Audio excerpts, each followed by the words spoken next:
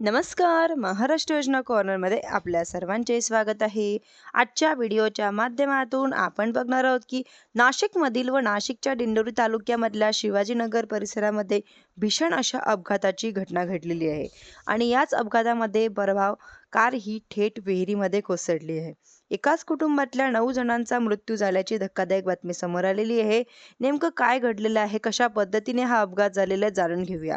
त्याआधी तुम्ही जर माझ्या चॅनलवरती पहिल्यांदा आला असेल तर चॅनलला लाईक, सबस्क्राईब आणि शेअर करायला विसरू नका. चला तर तुमचा जास्त वेळ न घेता आपल्या व्हिडिओला सुरुवात करूया. 10 वाजेच्या सुमारास म्हणजेच की नाशिकच्या दिंडोरीमध्ये घडला हा भीषण अपघात. याच विहिरीत एक कार कोसळली आणि त्यात बसलेला हे 9 जणांचा विहिरीच्या पाण्यात बुडून मृत्यू झाला. दिंडोरीच्या इंदोर गावच रहिवासी असलेल्या दरघोडे कुटुंब आणि त्यांचे 4 नातेवाईक एका स्नेहसंमेलनावरून घरी परतले होते.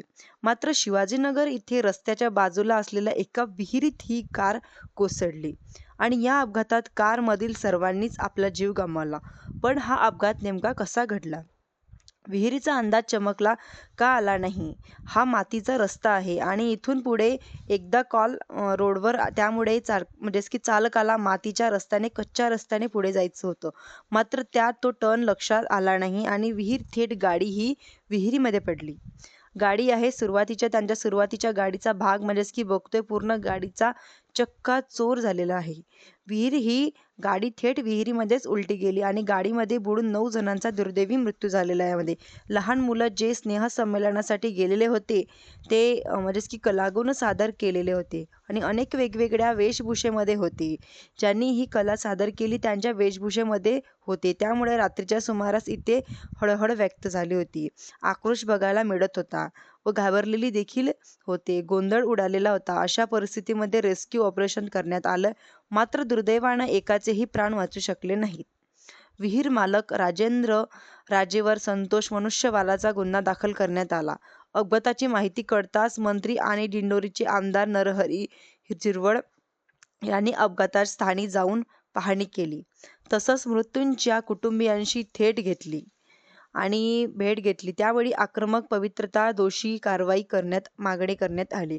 अतिशय उंची कमी आहे आणि अशा पद्धतीचे ज्यांनी स्पॉट पाहिला त्या सगळ्याच तरुण मंडळीचा एक इच्छा आहे की असं भविष्यात घडू नये. यांच्यासाठी घराला त्यांनी कंपाऊंड केलेलं आणि मग विहिरीला कंपाऊंड करू नये असे किंवा नगरपालिका, नगरपंचायत रस्ता हा विहिरीपर्यंत नेऊन तिथे संपवला आहे.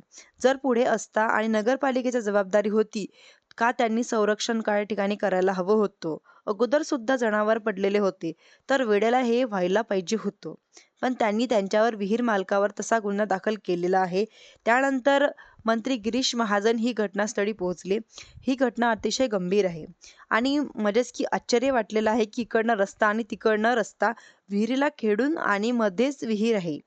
त्यांची सखोल चौकशी केली जाणार आहे. त्यांची माहिती आता समोरच राहतात ते त्यांच्यावर सुद्धा विस्तर गुन्हा दाखल करणार आहे. संदर्भात सगळी कारवाई जे काही आहे ते नसेल सगळी कोणाच्या दबावाला या ठिकाणी बळी पडला जाणार नाही. मुख्यमंत्री महोदय मी आताच आपल्यासमोर बोललेले म्हणजेच की जी प्रत्येक कुटुंबीय आहेत त्यांना सगळेच तर मृत्यू त्यांच्या नातेवाईकांच्या 5-5 लाख रुपये देण्याची घोषणा म्हणजेच की केलेली आहे. मुख्यमंत्री देवेंद्र फडणवीसांनी अपघातानंतर काय म्हटलेलं आहे की पहिल्यांदा तर या संपूर्ण कुटुंबाची प्रति संवेदना व्यक्त करणार होते, परंतु कुटुंबांना मदत देखील घोषित केलेली आहे.